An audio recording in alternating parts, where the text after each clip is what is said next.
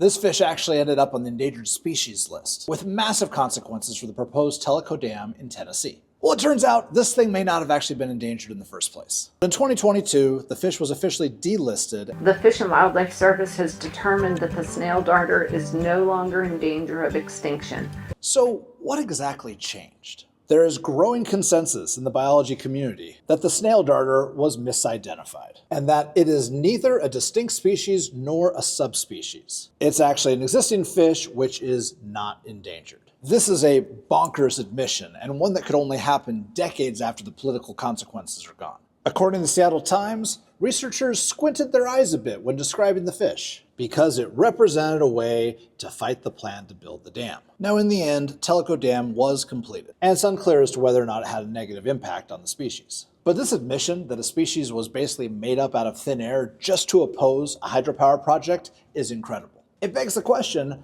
where else might this be happening? The biologist quoted by the Seattle Times said, "I feel it was the first and probably the most famous example of what I would call the conservation species concept, where people are going to decide a species should be distinct because it'll have downstream implications." So if conservation groups can just decide that a certain subset is a distinct species because it gives them more leverage when it comes to policy, where else might this tactic be used? Like, are there any other places where the selective categorizing or labeling of certain species might have certain political consequences? Like, for example, if you took all the fish in a certain major river and then arbitrarily decide that only 10% of them actually count. Maybe you go a step further and decide that individual stretches of river or certain time of year spawning constitutes its own species altogether, and take 3 or 4 species of fish and turn it into 37 different attempts to get on the endangered species list. These kind of shenanigans are exactly why we need to be making pragmatic decisions about the lower Snake River dams, making sure we zoom out and view the whole picture rather than getting fixated on something tiny.